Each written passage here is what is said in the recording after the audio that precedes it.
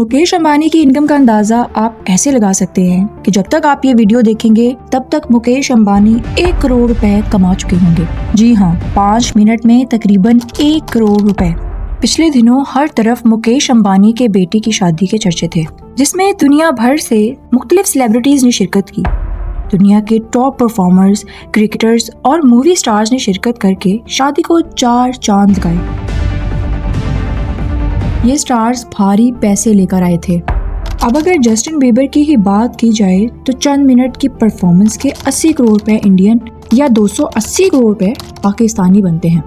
अब हर एक के जहन में ये सवाल आता है कि उन्होंने इतने पैसे कमाए कैसे। 10,370 अरब रुपए।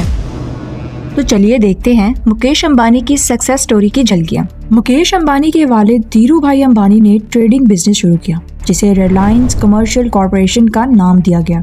शुरुआत में ये कंपनी मसाला जात इंडिया से खरीद कर मिडिल ईस्ट और अफ्रीका में एक्सपोर्ट करती थी। ये बिजनेस कामयाब रहा तो उन्होंने 1966 में रिलायंस टेक्सटाइल इंडस्ट्रीज के नाम से एक नई कंपनी बनाई, जिसमें कॉटन के बजाय सिंथेटिक टेक्सटाइल का इस्तेमाल शुरू किया गया।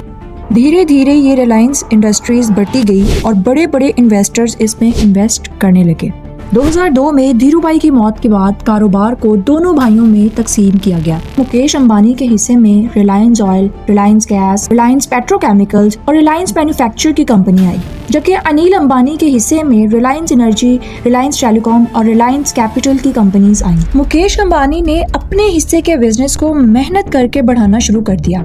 इनके हिस्से में जो पेट्रोलियम रिफाइनरी आई थी, इसके प्रोडक्शन को बढ़ाकर इसे दुनिया की सबसे बड़ी पेट्रोलियम रिफाइनरी बना दिया। लेकिन दिलचस्प बात यह है कि मुकेश अंबानी सिर्फ यहीं तक महदूद नहीं रहे, बल्कि उन्होंने रिटेल इंडस्ट्री में भी कदम रख दिया, जिसकी वजह से भारत में एक इनकलाब बर्पा हुआ और पूरे इंडिया में स्मार्ट बाजार के नाम से डिस्काउंटेड स्टोर और सुपर मार्ट्स खोले गए। इन सुपर मार्ट्स का फायदा ये था कि एक ही जगह पर डिस्काउंटेड रेट में कस्टमर्स को तमाम चीजें मिलती थी। 2008 में जब इंडियन प्रीमियर लीग का आगाज हुआ तो मुकेश अंबानी यहाँ भी पीछे न रहे और सबसे महंगी IPL की टीम मुंबई इंडियंस को खरीद लिया, जिसने कोरोना के दिनों में खाली स्टेडियम में मैचेस में भी रिकॉर्ड प्रॉफिट जनरेट किया। इसके बाद 2016 में मुकेश अंबानी ने टेलीकॉम इंडस्ट्री में कदम रख दिया। जियो के नाम से उन्होंने मोबाइल नेटवर्क लॉन्च किया, जिसमें कॉल्स, डेटा, मैसेजेस को पब्लिक के लिए फ्री कर दिया। सब कुछ फ्री होने की वजह से जियो के यूजर्स 450 मिलियन तक पहुंच गए और इसके बाद जब जियो ने 5G लॉन्च किया तो ये तादाद और भी ज़्यादा बढ़ गई। 2024 में मुकेश अंबानी ने इंडिया की सबसे बड़ी मीडिया कंपनी बनाने का भी ऐलान कर दिया, जिसके लिए उन्होंने अमेरिकन डिज्नी एंटरटेनमेंट के साथ $8.5 मिलियन का कॉन्ट्रैक्ट भी साइन कर लिया। आज मुकेश अंबानी की नेटवर्थ $122 बिलियन से भी ज्यादा है, जो 34,160 बिलियन पाकिस्तानी जबकि 10,370 अरब इंडियन रुपीस के बराबर है। इस हिसाब से अगर देखा जाए तो मुकेश अंबानी दुनिया के 11वें अमीर तरीन शख्स हैं। मुंबई में मौजूद मुकेश का घर, जिसे एंटीलिया कहा जाता है, बहुत फेमस है।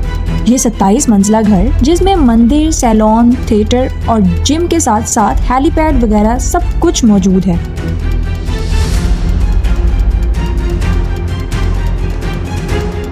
मुकेश अंबानी के बेटे अनंत अंबानी की शादी तो सबको ही याद होगी, जिस पर उन्होंने एक अंदाजे के मुताबिक 5,000 करोड़ खर्च किए।